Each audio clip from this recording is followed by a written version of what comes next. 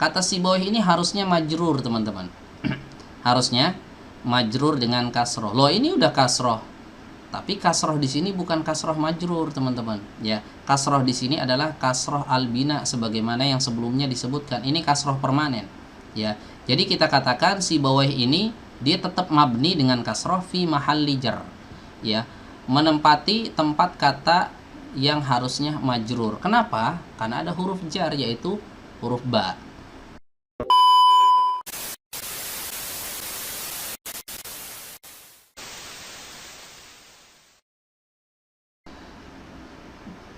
Bismillahirrahmanirrahim. Assalamualaikum warahmatullahi wabarakatuh.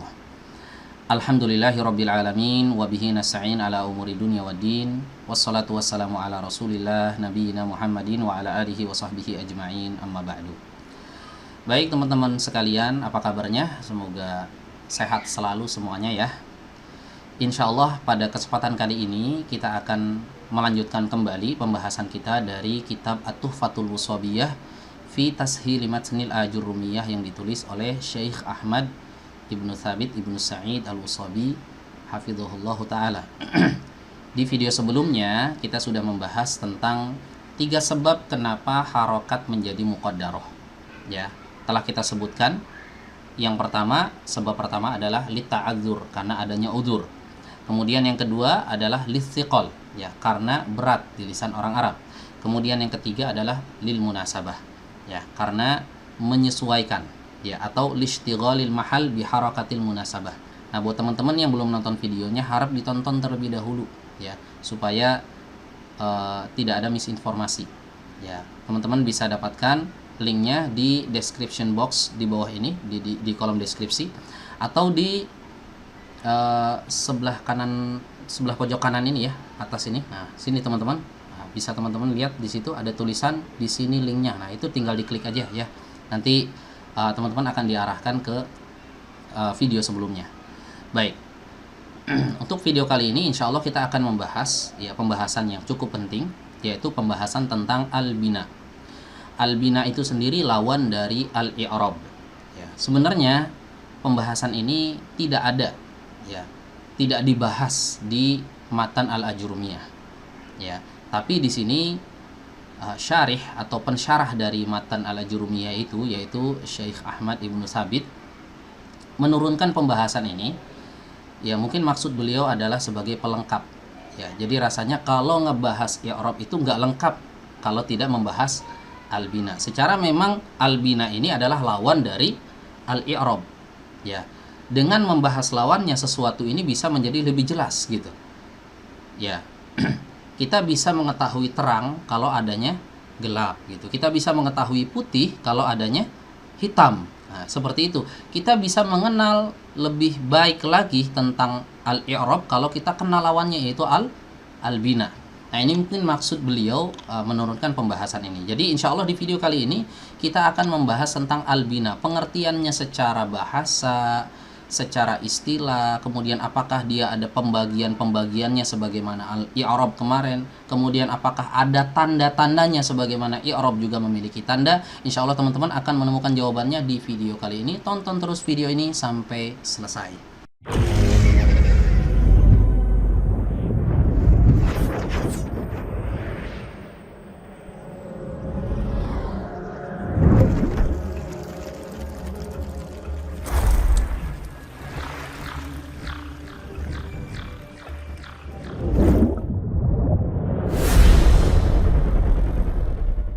Baik teman-teman sekalian, kita langsung masuk kepada pembahasan. Ya, berkata Syekh Ahmad Ibnu Thabit, hafizahullahu taala, wa ammal bina'u.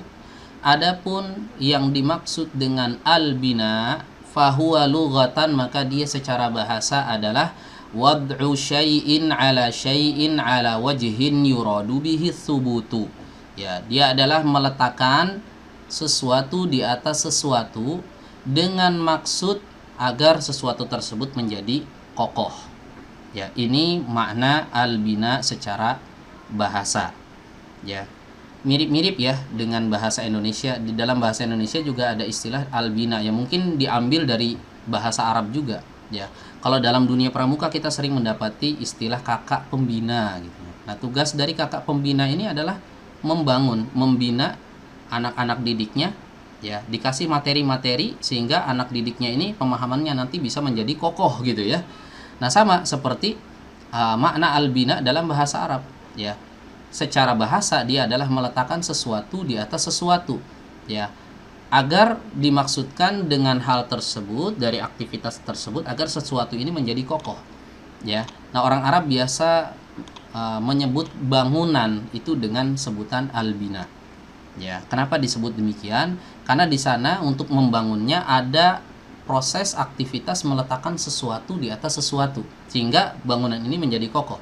Ya, kalau kita melihat orang sedang membangun bangunan gitu ya, maka kita lihat ya, orang ini, si tukang ini, dia meletakkan batu bata, kemudian dikasih semen, di atasnya ada batu bata lagi, terus sampai ke atas gitu ya, sehingga membuat bangunan ini menjadi kokoh gitu dengan proses yang seperti itu. Nah, ini makna albina secara bahasa, ya. Adapun yang dimaksud albina dalam pembahasan an-nahwu, ya, itu yang dijelaskan di sini. Wastilahan, secara istilah adalah diddul i'rabi, lawan dari al-i'rab. Nah, jadi sebelum membahas ini sebenarnya teman-teman harus paham dulu tentang al-i'rab. Ini sudah kita bahas ya di pertemuan-pertemuan sebelumnya, pengertian dari al-i'rab itu apa. Jadi kalau kita paham al-i'rab, kita tahu lawannya itu apa. Nah, itu lawannya adalah albina. Al-i'rab ini kalau menurut definisi Al-Imam Ibnu Ajurrum, beliau mengatakan taghyiru awakhiril kalim, ya, perubahan akhir-akhir kata. Jadi kata yang berubah di akhirnya gitu ya. Likhtilafil awamilid dakhilati 'alaiha, karena ada perbedaan amil yang masuk. Ya, lafzan au takdiran, baik perubahannya secara lafzi maupun secara takdiri. Nah, ini definisi al-i'rab yang kemarin udah kita bahas. Ya, jadi dia perubahan akhir kata.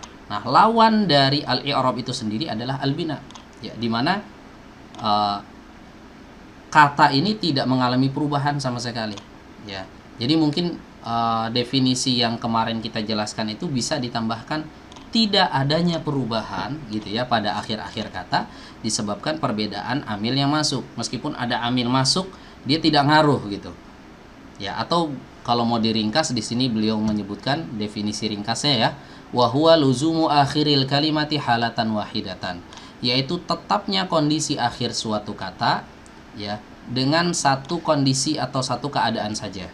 Ya, kalau udah fathah ya fathah terus gitu maksudnya. Kalau udah kasroh ya kasroh terus. Kalau udah dhammah ya dhammah terus. Kalau udah sukun ya sukun terus. Nah, itu yang dimaksud dengan albina ya.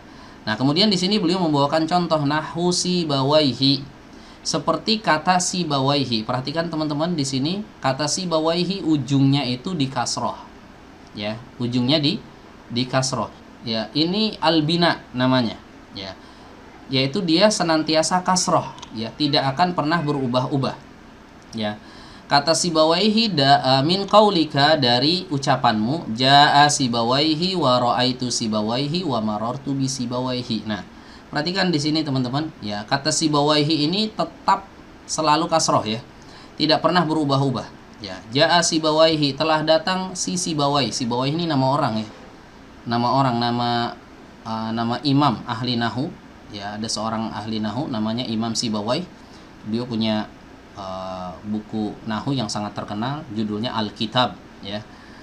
Nah, nama beliau ini selalu di kasroh ya. Jaa sibawaihi, padahal dia di sini posisi sebagai apa? Sebagai fa'il ya. Jaa fi'il, sibawaihi fa'il. Fa'il kan harus marfu ya, tapi lihat di sini ya, harokatnya dia kasroh ya, harokatnya dia kasroh. Wa ra'aitu sibawaihi ya, dan aku melihat sibawaihi, ini kan posisinya sebagai apa? Maf'ul bih, harusnya fathah ya, tapi karena kata sibawaihi ini berlaku padanya hukum albina ya, maka dia harus tetap di kasroh. Wa marartu bi sibawaihi, ini juga di kasroh. Jadi dia tidak pernah mengalami yang namanya perubahan. Ini yang disebut dengan albina ya. Fa sibawaihi fi hadhil amthilati lazimun halatan wahidatan fil isti'mali wa hiyal bina'u 'alal kasri. Ya, pada contoh-contoh yang tadi disebutkan ya, kata sibawaihi ini ya, ini selalu berada dalam satu kondisi, yaitu kasroh terus di akhirnya ya. Jadi dia hanya ada satu keadaan saja, yaitu kasroh saja, fil isti'mal, dalam penggunaannya. Jadi setiap kali kita menggunakan kata sibawaihi itu harus selalu di kasroh akhirnya. Wahiyal bina'u alal kasri, yaitu dia al bina mabni dengan kasroh.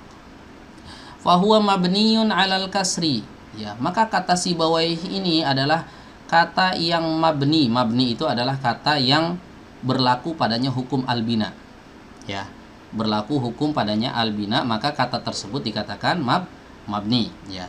Maka dia adalah kata yang mabni dengan kasroh, ya. Fi mahalli raf'in fa'ilun kama fil mithalil awwali, ya.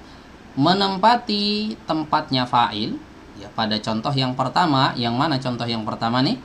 Yang ini, jaa sibawaihi, ya, jaa sibawaihi. Jadi sibawaihi ini meskipun dia posisinya sebagai fa'il, ya, tapi dia ini mabni dengan kasrah. Jadi jangan kita katakan sibawaihi marfu', enggak, ya. Kalau marfu' itu berarti dia mabni mu'rab, ya. Jadi kita katakan sibawaihi ini mabniun alal kasri, dia mabni dengan kasrah, fi mahalli raf'in, menempati tempat kata yang dirofa, ya, tempat kata yang dirofa'kan, ya, karena sebagai fa'il. Fa'il itu kan harus marfu, ya, fa'il itu harus marfu. Jadi dia cuma nempati tempat kata yang marfu saja, dianya nggak marfu, dianya mabni dengan kasroh, ya. Jadi simpelnya begini, kalau ada kata jaa fi'il apapun, setelahnya itu ada semacam space yang kalau ada kata masuk ke ruangan ini, ya, maka dia harus jadi marfu, ya. Sayangnya karena sibawaih ini adalah kata yang mabni, kata yang berlaku padanya hukum albina, maka dia tidak dikatakan marfu, tapi dia hanya menempati space marfu saja, tempat, ya, tempat yang dia kalau ada kata yang tidak mabni masuk situ harus marfu, ya. Kalau mabni, ya berarti dia nggak bisa berubah, permanen istilahnya, ya, kasrohnya permanen, ya. Jadi tempatnya saja yang marfu, tapi si bawaihnya ini, kata ininya tidak marfu, ya. Wa fi mahalli nasbin maf'ulun bihi kama fil mitsali tsani. Dan kata si bawaih menempati tempat kata yang mansub, ya, nasab sebagai maf'ul bih pada contoh yang kedua. Mana yang kedua nih? Yang ini, wa ra'aitu sibawaihi, ya, sibawaihi di sini, ya, dia mabni dengan kasrah, tapi fi mahalli nasbin, dia nempati tempat kata yang harusnya mansub, gitu loh. Dia menempati tempat kata yang seharusnya mansub. Ada space kosong di sini yang disediakan oleh si ra'aitu ini, dimana kalau ada kata yang menempati space kosong ini ditempati oleh suatu kata, maka kata itu harus mansub, ya. Sayangnya yang menempatinya adalah kata yang mabni, ya, sehingga sisi bawaihinya tetap kasroh. Tempat yang dia pakai adalah tempat kata yang harusnya nasab sebagai maf'ul bih, begitu, ya. Mafhum ya teman-teman, ya, dipahami ya. Oke, lanjut. Wa fi mahalli jarrin bil harfi kama fil mitsali tsalisi, ya. Dan kata sibawaih ini menempati tempat kata yang majrur dengan huruf, ya, sebagaimana pada contoh yang ketiga. Yang mana nih contoh yang ketiga? Yang ini, wa marartu bi sibawaihi, dan aku melewati, ya, sibawaih, ya. Kata sibawaih ini harusnya majrur, teman-teman. Harusnya majrur dengan kasroh. Loh, ini udah kasroh, tapi kasroh di sini bukan kasroh majrur, teman-teman, ya. Kasroh di sini adalah kasroh albina sebagaimana yang sebelumnya disebutkan. Ini kasroh permanen, ya. Jadi kita katakan si bawah ini dia tetap mabni dengan kasroh fi mahalli jar, ya, menempati tempat kata yang harusnya majrur. Kenapa? Karena ada huruf jar, yaitu huruf ba, ya. Karena ada huruf ba di sini, bi si bawaihi, ya. Kata yang terletak setelah huruf ba itu kan harus majrur. Nah, si bawaihi ini karena kata yang mabni, maka dia tidak kita katakan majrur. Kita katakan dia mabniun alal kasr, ya. Dia mabni dengan kasroh fi mahalli jarrin, ya, menempati tempatnya huruf, ya, tempatnya kata yang majrur bil harfi, karena adanya huruf jar di sini. Ya, oke, paham ya teman-teman ya. Nah, ini mabni dengan kata yang mabni dengan kasroh. Ya. Nah, jadi pertanyaan, apakah kata yang mabni itu semua harus pakai kasroh seperti ini? Ya, sibawaihi, sibawaihi, sibawaihi. Apakah bisa mabni dengan harokat yang lain? Jawabnya bisa. Ya. Nah, di sini beliau bawakan contoh, wa misluhu kam wa kum wa hal fi luzumil bina'i 'ala sukuni. Ya. Nah, di sini beliau membawakan contoh yang lain, dan semacam ini juga, semacam sibawai, seperti sibawai juga, yaitu kata kam, kata kum, dan kata hal. Ya, dimana ketiga kata ini dia tetap, ya, tetap menetapi bina pada sukun. Ya, maksudnya dia selalu sukun permanen. Kam, kum, hal ini permanen ya, permanen dia. Permanen sukun ya. Jadi mabninya dengan sukun. Kalau sibawai mabninya dengan kasroh. Kalau kam, kum, hal ini mabni dengan sukun ya. Oke, berikutnya wa aina wa qama wa saufa fi luzumil bina'i 'alal fathi. Nah, begitu juga kata aina, kata qama, kata saufa. Ini juga adalah kata yang selalu tetap padanya bina 'alal fathi ya. Dia mabni dengan fathah.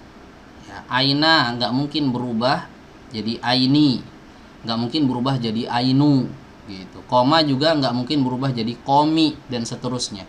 Saufa juga demikian, tidak jadi saufi atau saufu ya, tidak pernah berubah. Apapun yang terjadi, mau ada huruf jar mau apa, dia nggak akan berubah seperti itu. Jadi ada yang mabni dengan fathah ya, ada yang dengan sukun, ada yang dengan kasroh. Yang dhammah ada enggak? Ada. Di sini disebutkan wa haitsu wa munzu fi luzumil bina'i 'ala dhammi. Demikian juga kata haitsu dan kata munzu. Ini juga adalah kata yang mabni dengan dhammah. Jadi enggak kita dapati haisi ya, haisa, atau munzi, munza ya. Dia tetap dhammah selamanya. Jadi tiga harokat ini ada ya teman-teman ya. Ada yang mabni pakai fathah, ada yang mabni pakai dhammah, ada yang mabni pakai kasroh gitu. Ada yang dia bukan harokat, sukun ya, mabni dengan sukun, dan ini asalnya ya. Mabni, kata yang mabni itu asalnya dengan sukun. Kemudian di sini beliau melanjutkan wa ulima mimma taqaddama anna alamatil bina'i arba'un, dan diketahui dari penjelasan yang sebelumnya bahwasanya tanda-tanda atau alamat dari albina itu ada 4. Nah, jadi seperti i'rab juga teman-teman ya, i'rab juga ada alamatnya. Nah, ternyata albina juga ada alamatnya. Ya, apa saja yang 4 ini? Sukun, kasroh, fathah, dhammah. Ya, sukun yang tadi ya teman-teman ya, kam, kum, hal. Kemudian fathah, aina, qoma, saufa. Kemudian dhammah, kasroh ya, kasroh, sibawaihi tadi contohnya. Kemudian dhammah contohnya haitsu, munzu. Ya. Dan sebenarnya masih ada lagi yang lain. Di sini beliau hanya membawakan contoh aja ya teman-teman ya. Baik. Kemudian beliau lanjutkan wa annal binaa yakunu fil asma'i wal af'ali wal hurufi bi khilafil i'rabi. Nah, di sini penting teman-teman. Perbedaan antara albina dengan al-i'rab ya. Kalau albina ini berlaku pada isim, fiil, dan huruf. Ya, adapun al-i'rab itu hanya terjadi pada isim dan juga pada fiil saja. Huruf nggak ada yang i'rab, nggak ada yang mu'rab. Ya, semua huruf mabni. Nah, kalau mabni, kalau albina ini terjadi pada 3 jenis kata ini, yaitu isim, fiil, dan huruf. Fa innahu la yakunu illa fil asma'i wal af'ali faqat. Nah, sini jelaskan kalau al-i'rab itu tidak terjadi kecuali hanya pada isim dan fiil saja. Jadi harus diingat-ingat ya teman-teman ya. I'rab itu terjadi pada isim dan fiil, tidak terjadi pada huruf. Ya, tidak terjadi pada huruf. Ya, makanya salah kalau ada yang nanya, ini huruf jar i'rabnya apa? Ya salah. Kok huruf jar di i'rab? Huruf jar ya mabni. Ya, huruf jar itu albina. Ya, hukum yang berlaku padanya adalah albina, bukan al-i'rab. Ya, adapun isim dan fiil, maka mungkin ditanyakan pertanyaan tersebut. Muhammadun ini kenapa dhammah? Nah, i'rabnya apa? Ini benar. Ya. Yadribu ini kenapa dhammah? I'rabnya apa? Ini benar. Ya, tapi kalau fi ini huruf jar, ini i'rabnya apa? Salah. Pertanyaannya salah. Ya, kenapa? Karena fi ini tidak di i'rab. Dia itu masuk ke dalam golongan albina. Ya. Paham sampai sini teman-teman ya? Oke, tinggal sedikit lagi. Kita masuk ke bagian faidah. Ya. Di sini beliau menambahkan satu faedah yang penting, kalau menurut saya penting ini, karena sebagian kita ada yang terkadang masih kurang paham penjelasan masalah ini. Ya, di sini beliau mengatakan mal farqu bainal i'rabi wal mu'rabi wal bina'i wal mabni. Ya, apa perbedaan antara al-i'rab dengan al-mu'rab, al-bina dengan al-mabni? Nah, ini kadang-kadang kita sering mendengar kata i'rab, kata mu'rab, kemudian kata bina dengan kata al-mabni. Bedanya di mana? Ya. Nah, di sini beliau menjelaskan al-jawabu, jawabnya adalah annal i'raba huwa nafsu taghyiril waqi'i fi akhiril kalimati. Ya, min raf'in ila nasbin ila jarrin au jazmin. Ya. Ini mohon konsentrasi ya teman-teman ya. Kalau misalnya nggak konsen, kadang-kadang lewat nih, nggak paham ya. I'rab, nah kita bahas i'rab dulu nih. I'rab itu adalah perubahan itu sendiri, perubahan yang terjadi pada akhir kata. Ya. Perubahan yang terjadi pada akhir kata. Perubahannya itu namanya al-i'rab. Ya, perubahan suatu kata dari rofa menjadi nasab, menjadi jar, menjadi jazm. Perubahannya ini, nah ini namanya al-i'rab. Adapun mu'rab, nah di sini beliau jelaskan wa annal mu'raba huwa nafsul kalimatil lati yaqau 'alaiha hadha taghyiru kama taqaddama qablu fi kullin min zaidun wa yadhhabu. Ya, fat-taghyirul waqi'u 'alaihima huwal i'rabu wa kullun minhuma lafzun mu'rabun. Ya. Nah, adapun al-mu'rab, dia adalah kata yang mengalami perubahan tersebut. Ya, sebagaimana telah berlalu sebelumnya ya, pada kata zaidun dan kata yadhabu. Ya, zaidun, zaidin, zaidan. Yadhabu, yadhaba, yadhab. Nah, ini perubahan-perubahan ini, perubahannya namanya al-i'rab. Adapun kata yang terkena perubahan ini namanya kata yang mu'rab. Ya.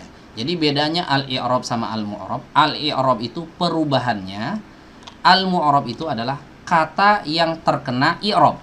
Ya, kata yang berubah-ubah itu katanya. Ya, kata ini disebut dengan mu'rab. Perubahannya disebut dengan al-i'rab. Ya, paham ya teman-teman ya? Saya ulang lagi. Perbedaan antara al-i'rab dengan al-mu'rab. Al-i'rab itu adalah perubahannya, ya. Zaidun, zaidin, zaidan, perubahan dari dhammah, dari kasrah ke fathah, dari dhammah ke kasrah, dari kasrah ke fathah. Perubahannya ini disebut dengan al-i'rab. Ya, perubahannya disebut dengan al-i'rab. Adapun kata yang terkena perubahan ini, si zaidnya ini, zaidun, zaidin, zaidan, kata zaid ini adalah kata yang mu'rab. Ya, kata yang terkena perubahan itu, terkena hukum al-i'rab. Nah, begitu juga dengan perbedaan antara al-bina dan al-mabni, sama aja seperti tadi al-i'rab dan al-mu'rab. Al-bina itu adalah sesuatu yang mengenai kata tersebut, adapun al-mabni itu adalah kata yang terkena hukum al-bina. Ya, di sini dijelaskan wal bina'u huwa nafsu luzumi akhiril kalimati halatan wahidatan. Al-bina itu adalah kondisi katanya. Ya, kondisi katanya di mana si kata tersebut menetapi satu keadaan. Ya, kayak contoh tadi kam, kum, hal. Ya. Kondisi kam ini adalah kondisi al-bina. Si kam ini sedang mengalami sebuah kondisi, yaitu yang dinamakan dengan al-bina. Ya, dinamakan dengan al-bina. Ya. Adapun kamnya ini, kata yang sedang mengalami kondisi ini disebut dengan al-mabni. Ya, makanya di sini dikatakan wal mabniyu huwa nafsul kalimati allati yaqa'u 'alaiha hadzal luzumu kama taqaddama fi sibawaihi wallahu a'lamu. Ya. Dan kata yang mabni, dan mabni itu adalah kata itu sendiri yang terjadi padanya sebuah hukum tetapnya ini, ya, sebagaimana pada kata sibawai. Jadi hukum permanen, luzum itu kan permanen, mungkin bisa kita bahasakan seperti itu ya. Jadi kata yang terkena hukum permanen, sukun terus, fathah terus, domah terus, kata itu disebut dengan mabni. Ya, adapun permanennya itu sendiri, ya, permanennya itu sendiri, keadaannya itu sendiri, itu disebut dengan al-bina. Ya. biar lebih jelas lagi ya, biar lebih jelas lagi saya akan kasih sedikit pendekatan ya, dalam bahasa Indonesia deh, biar gampang ya. Apa bedanya sakit dengan pasien ya? Apa bedanya sakit dengan pasien? Kita insya Allah paham ya. Sakit itu adalah yang dirasakan oleh si pasien, adapun pasien dia adalah yang terkena sakit. Nah seperti itulah antara al-bina dengan al-mabni, antara al-i'rab dengan al-mu'rab ya. Al-bina dengan al-i'rab ini seperti sakit ya, seperti sebuah penyakit. Adapun al-mu'rab dengan al-mabni itu seperti pasien ya. Bisa dipahami teman-teman? Kalau masih ada yang belum paham ya, boleh ditanyakan di kolom komentar ya, nanti biar kita diskusi bareng-bareng di situ ya teman-teman ya. Baik, mungkin kita cukupkan sampai di sini. Dengan berakhirnya pembahasan ini berarti kita sudah selesai membahas bab al-i'rab ya, bab al-i'rab. Alhamdulillah. Insyaallah kita akan lanjutkan pembahasannya di video berikutnya ya, akan membahas tentang bab baru yaitu aqsamul i'rab ya, macam-macam i'rab. Demikian mungkin sampai di sini ya teman-teman sekalian pembahasan kita pada kesempatan kali ini. Kurang lebihnya mohon maaf. Kita akhiri dengan membaca doa kafaratul majlis. Subhanakallahumma wa bihamdika asyhadu an la ilaha illa anta astaghfiruka wa atubu ilaik. Wassalamualaikum warahmatullahi wabarakatuh.